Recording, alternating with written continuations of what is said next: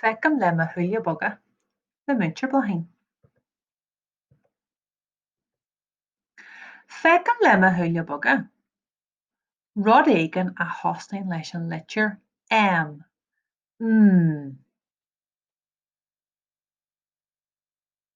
mac tíre, millshine, monkey,